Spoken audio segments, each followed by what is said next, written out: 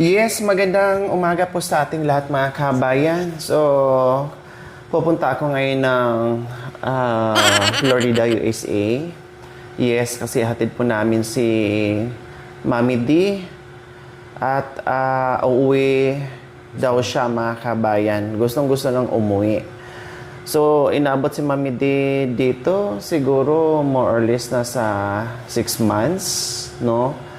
Ay gusto nang umuwi kasi nakabalita na naman ng hindi magandang balita, kaya parang hinihila na uuwi sa Florida, USA mga kabayan. Kaya eto, no, sabi ko kahit anong busy namin dapat nung nakaraan pa yan, pero sabi ko hindi kaya ng oras, kaya ngayon mga kabayan ihatid po namin si Mami D at sumama nga si Nanay Terry. Si Nanay Terry ayaw umuwi, no? Gustong manatili sa bahay ni Kuya, pero si Mami D gustong-gustong umuwi. Ano kaya? Bakit gustong-gustong umuwi? At parang hinihila. At sabi nga ni Nanay Terry, bakit uuwi ka pa? Mamuso ka, mainitan ka. Hindi ako uuwi. Kahit paluin ako dito, hindi ako uuwi. Ikaw uuwi ka? O sige, ihatid po namin ngayong mga kabayan at malalaman natin kung bakit gustong-gusto ng umuwi ni Mami D. Okay. So alam niyo po mga kabayan, alam niyo naman si Mami D pinagbigyan natin ng more chances, more pagmamahal lahat, no? Inunawa, minahal natin, tinuri nating pamilya dito, no? Lahat po mga kabayan kasi sa kagustuhan natin na mailayo siya sa mga stress, kasi alam naman natin very stressful si Mami D sa mga anak, apo, no, lahat na sobrang stressful ni Mami D, and then nagkasakit pa, may sakit pa, trabaho doon, trabaho dito. Sa madaling salita mga kabayan, Diyos ko, isang kaluluwa lang ang peperma sa kaluluwa ni Mami D ay talagang mag-goodbye Philippines na. Kaya yun ang gusto natin, dinala natin dito para makarelax, makapahinga, hahaba pa ang buhay, no, maiwasan ang stress doon. Pero nakasagap kasi ng stress mga kabayan, ganyan siya mula noon. Hindi lang once, twice stress, but more times kapag makasagap ng balita ay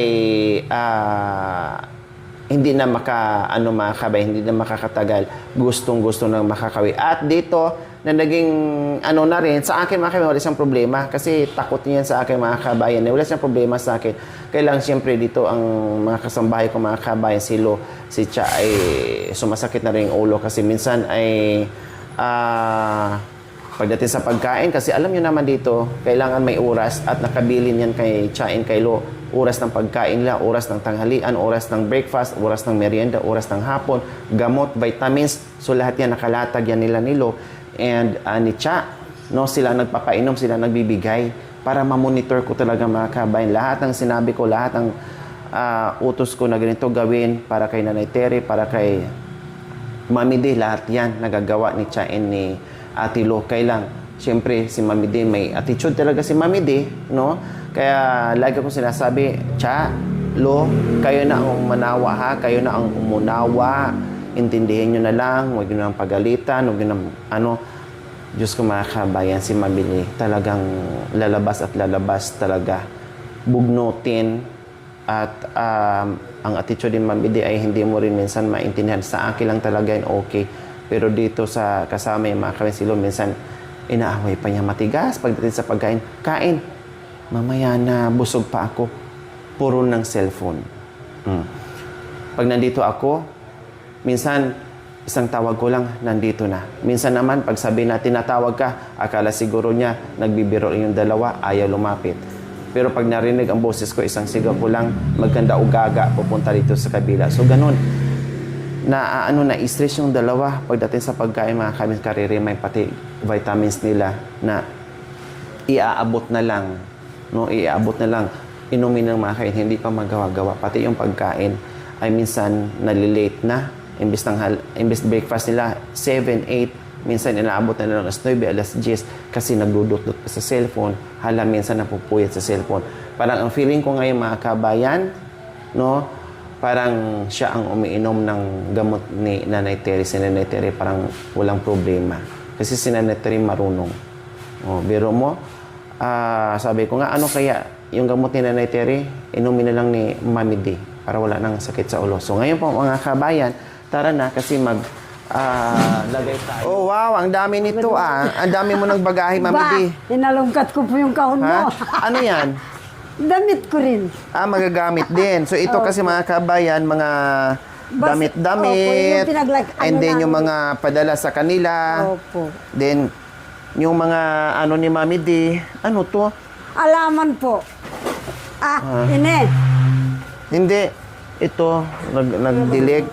So, nadagdagan po mga kabayan kasi maraming bigay-bigay, kaya nandito. Opo. Dumami yung mga gamit ni Mami D. So, ngayon, uwi ka na talaga, Mami D?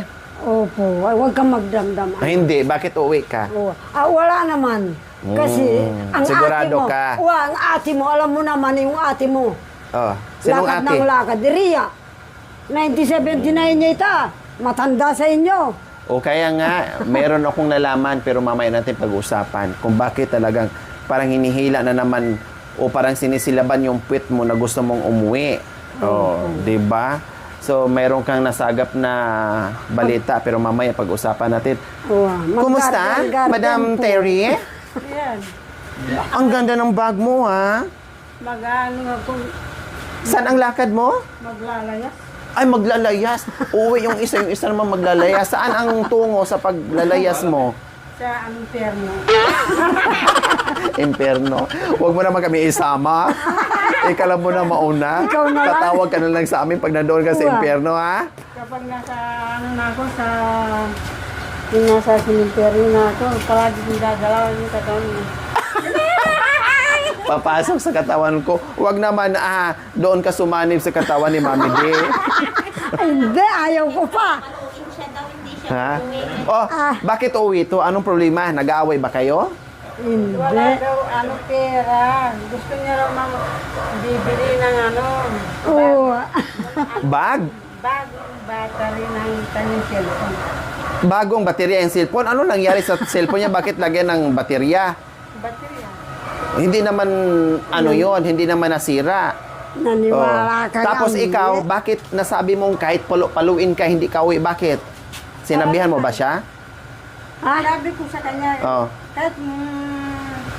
kahit paluin na ako dito, siyempre papaluin ako dahil nagkakamali ako. Tama, very good. O tapos, Ngayon, kahit isa ko pagtabuyan nila ako, hindi naman ako dito kahit paluin pa ako ng very good. Buti pa si Nanay Terry. Pero hindi ka naman namin papaluin, Bakit naman papaluin? Ano, bata ka na papaluin namin? Hindi, Inalo ka ba? Hindi naman. O kaya nga, kahit sabihin mo nagkamali ka o kahit sabihin mo meron ka nagawang kasalanan, hindi pa rin namin kayo kayang paluin. Ano ka, batang hindi nga namin papaluin yung aso. Kahit nga ito nagkakamali ito, hindi nga namin ito paluin itong namin. Ganon aso, din ako yung anak ko ba?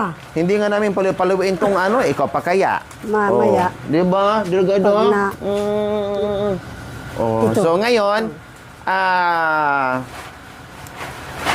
uwi na si Mami D, mga kabayan, at malalaman natin, makikita natin muli at na-miss ko na rin yung bahay doon, mga kabayan. Makikita natin Tabarugatin kung naasikaso ba, makikita natin kung anong madalat na natin doon ngayon sa bahay ni Mami D. O, kasi ito lahat, gamit mo, Mami D? Opo. Abang, dami nyo pong Barong katin mo gamit muna ngayon, yung binigay mo. Mga basura pala. Meron pa, Mami D, ito. Dalhin mo na rin. Sige. Tara, let's go. So, uwi na daw Sayang si Mami D. naman anak ko ito. Lagyan ng kape. asin. Oo. Wow.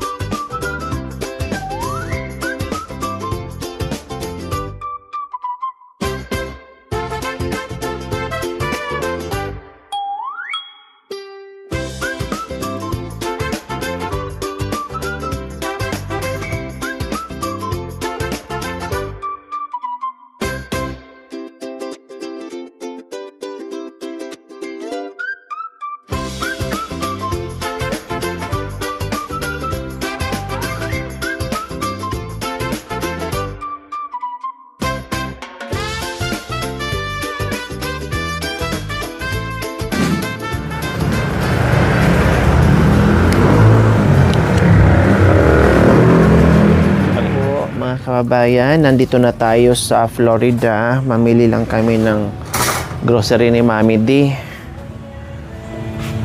So, alam niyo po mga kababayan,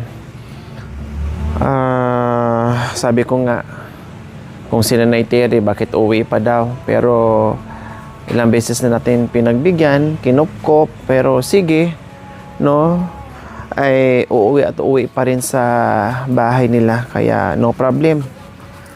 Basta ginawa na natin yung part natin kay Mami D.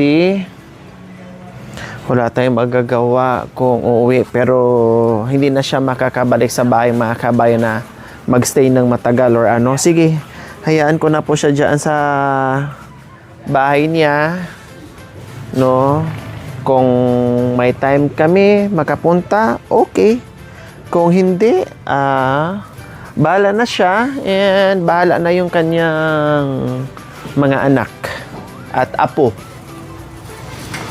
So, ganun na lang po ang mangyayari.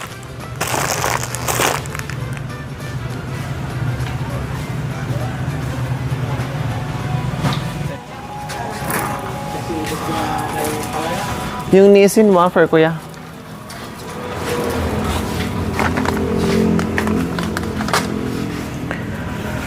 Ito na naman ang kailangan ni Mami D.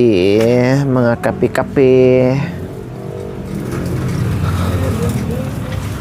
Nasaan na yung kape dito?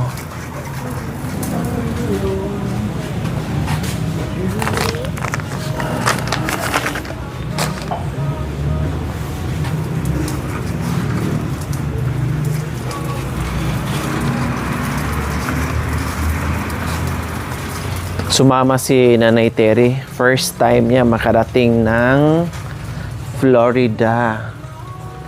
Yes, first time niya makarating ng Florida mga kabayan. Kaya nag-i-enjoy siya. Nakakatuwa si Nanay Terry, no? Kahit paluin daw siya, kahit pagtabuyan siya mga kabayan, ayaw talaga niyang umuwi.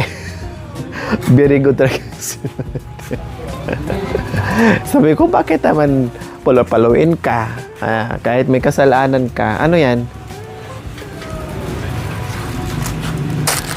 Bakit naman paluin ka namin? Ha?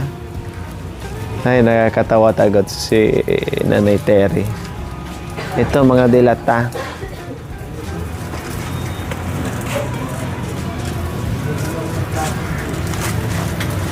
Kanino yan? Yung wafer, walang ano, wafer.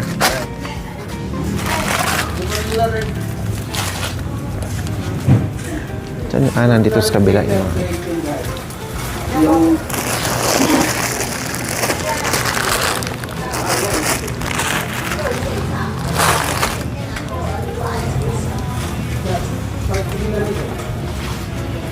Gusto nila maanghang ni Mami D.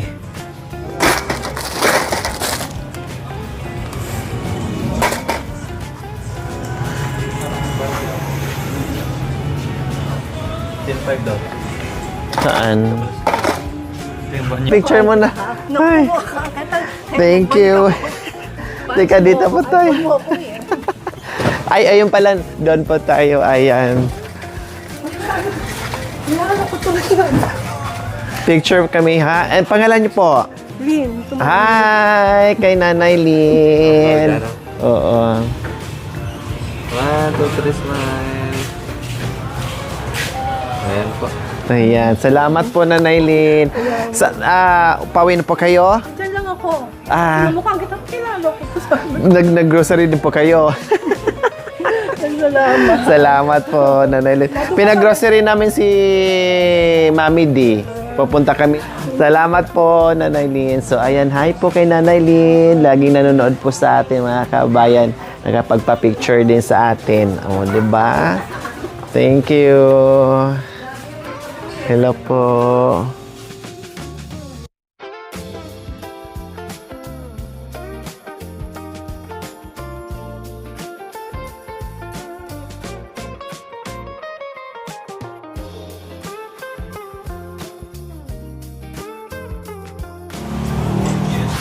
So mga ka-MJ, si Mami D parang mother din namin. Kasi yung mother namin before, pinabakasyon din ni Madam Lore sa Manila.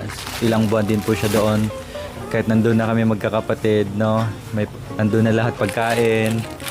Pero hanap-hanapin talaga niya yung lugar na nakasanayan niya. So wala rin kami magawa, no? Gusto namin siyang manatili din doon sa kapiling namin, pero gustong umuwi ng mother namin kasi yung bahay inaalala din. So parang ganun din si Mami D. Kaya ayan, grocery muna kami para sure ball na may pagkain si Mami D.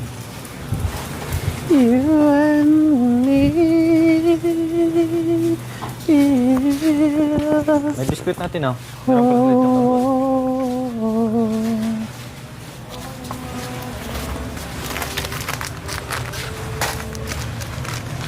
Barita, 2 barita. Barita. Champion. Speed. Mabaho. Sort. Tapos dishwashing liquid. Maragol na.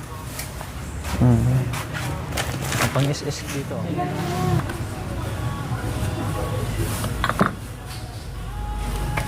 Pagkain akin to. Pag nakakita talaga ako lang nito mga kabayan, ewan ko ba, mahilig talaga ako sa ganito. Pagkain ng bata, gusto ko. So, dalawahin ko na.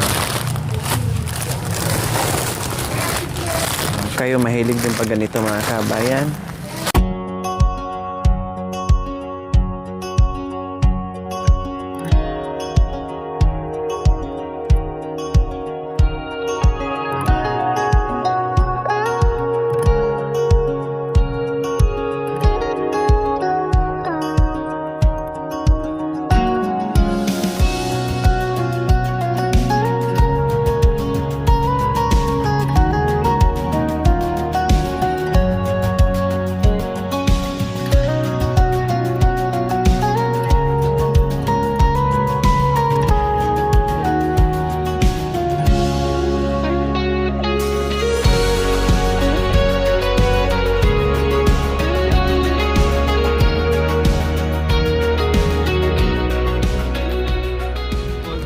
Magbago.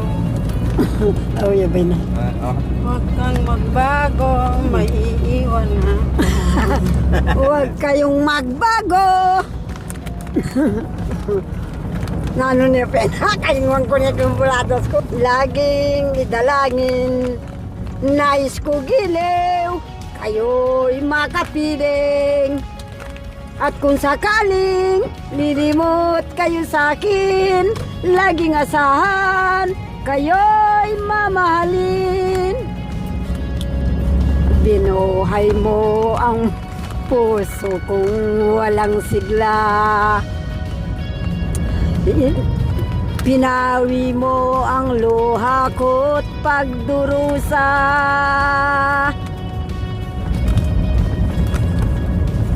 Hote ko na yung baro.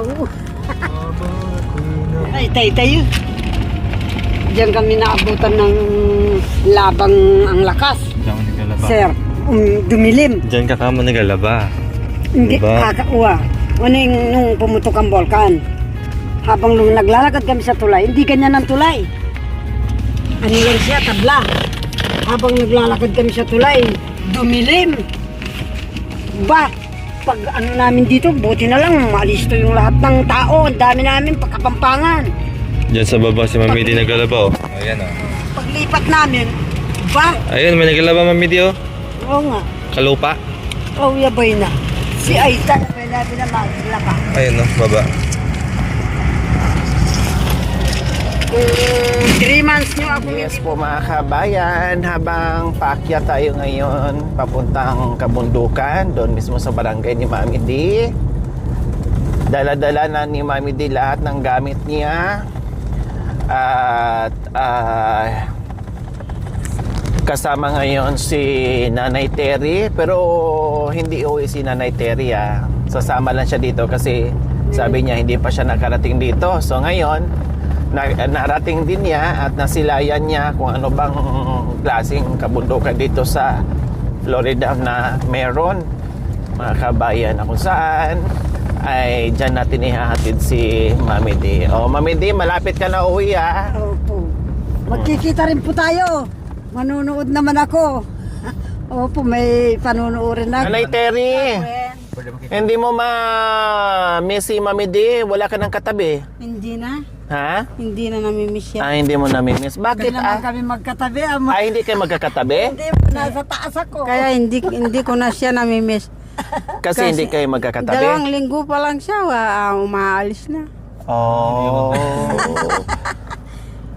Ang bilis mo palang umuwi, Mami D. Makipagkalas. 2 linggo lang siya dyan sa bahay? 2 linggo lang siya sa bahay, umaalis na namimiss na niya ang kanilang baryo. Wow. Ba? O anong mensahe mo ni Mami D? Dahil uwi na siya, anong mensahe mo sa kanya? Anong mensahe mo daw kay Mami D? Sika. Uwi na siya. Sika Anong naman sasabihin mo kay Mami D? magsabi. Ako nagpapasalamat nga ako para wala nang dada doon sa baryo.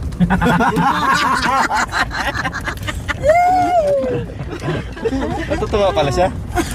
Kasi kapag araw-araw mo siya nakikita, yung araw-araw din dumatada. La la la la la la. Kaya nagpapasalamat akong iatid siya dito sa Nabok. Wala nang ingay. Para walang maingay doon sa loob ng bahay. Bakit? Akala ko mamimiss mo yung pala Akala ko namimiss niya yung pala nagpapasalamat na ihatid dito sa Nabuklod. Ay. O ano pa? Para wala nang maingay doon sa bahay. Bakit nga ba nag-iingay si Mami doon? Bakit nga ba? Gusto niya siyang maglilimpaso. Ngunit naman ako, ayaw ko siyang maglimpaso. Napawal ko anak ko. Sabi ko, baka makita na ako ni madam. Akala, inuutosan kita. Ako na lang. Madulas ka. Kahapon lang siya nagsanay ng... mula nung... Ano ba yun? Ilang araw na siyang nagsanay ng nagmamap eh. Pero si Nanay Terry, ayaw din niya na magmap ka. Parehas kayong dalawa na ayaw. O kundi na dapat na nanahimik na lang kayong dalawa kasi meron namang tagalinis. Yung maiiyak kami, anak ko. Naiiyak nga naman kami. Hindi mo naman mga anak eh, ikaw naman. Kaimik na talaga doon. Kasi Manahimik na doon. Akala nila ngayon, wala nang tao. Opo. Pero nandoon naman si Lo, may makakausap ka pa din. Kahit nandun si Ate Lo, hindi naman siya maingay. Oo, hindi naman maingay, nag-iingay lang pag may Pag yung nagtumatawag sa amin. kausap. Ikaw naman, Mami D, anong mensahe mo kay Nanay Terry? Ang mensahe ko po sa kanya, kung habang gusto mo sa anak natin, ng mga vlogger, sige. Total, hindi ka naman pinapabayaan ni Cha, Malo, lalo na si Ate Cha, hindi sinasabi niya na, Malo, bigyan mo ng merienda yun. Binibigyan naman kami ng merienda, anak ko. Ay, alaga kayo doon. Opo. Hapo ay almusal, tanghalian, Talaga merienda, mahihain ako, hapunan. anak ko. Plus, meron pang mga vitamins nyo. Sinasabihan pa kayo, nire-remind pa kayo. Katawan na Terry, oh. Opo. Oo, mataba. Alaga. Bakit pag ano na pag tinatawag na kain ay Terry? Bakit pag tinatawag kayo kain na bakit? Talagang akong nagsasabi nga naman na Ako, kapag maiiyak ako. kapag Akala mo nag-i-istorbo lang tayo. kapag tinatawag ako na kumakain, kagad ako sumasagupa. Very good. Pero ka talaga Kahit tawagin mahihain pa anak ako. ko eh. Ano ba yan? Kahit tawagin pa akong matakaw. Bakit si Mami D, Nanay Terry, ano Pero ako nangyari? hindi. Talaga namang mahina akong kumain anak ko. Pag tinatawag si Mami D, Nanay Terry, anong ginagawa? Sabi niya sa akin pa, ka naman nang tinatsakan ng gutom dyan. Pupunta ba kaagad si Mami D? Hindi. Hindi, pumupunta naman ako kaagad. Akala mo kasi nani-istorbo lang tayo eh. Lalo na kung mayroon, nandyan sila. Yung mga kasama natin vlogger. Sabi ko po, ikaw naman sabi. O, sinong napinam? Sabi ni Nanay Terry, dapat pagtawagin ng kakain na kaagad. Oh, yan ang sinabi ni Nanay Terry. Ano to? Black yan para bisa na. Ano pa mensahe mo, Nanay Terry, ni Mami D? Kasi malapit na siya, bababa na. Nandyan na sa unahan. Hayaan mo siyang bababa.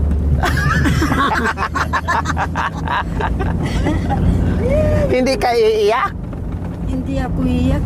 Paano ka iiyak dyan? Sobra naman ang pagkakadadan. Ay, apo. Akala ko naghatid ito kasi mamimiss niya si Mami D. Kaya sumama, yung pala, gustong-gusto, masaya pala to. Oo Hinatid dito si Mami D. anak ko. Masaya pala siya. Ang ginagawa ko, doon ako sa taas. Wala na sa oras yung pagkakadara. Wala na. Ang ingay-ingay. Sumasakit na ang ulo ko. Si ate mo. Okay, sige mga kabay, nandito na kami sa bahay ni Hindi Mami na D. kayo bababa. Bababa Ikaw na na tayo. Yes, nahatid na namin si Mami D, mga kabayan.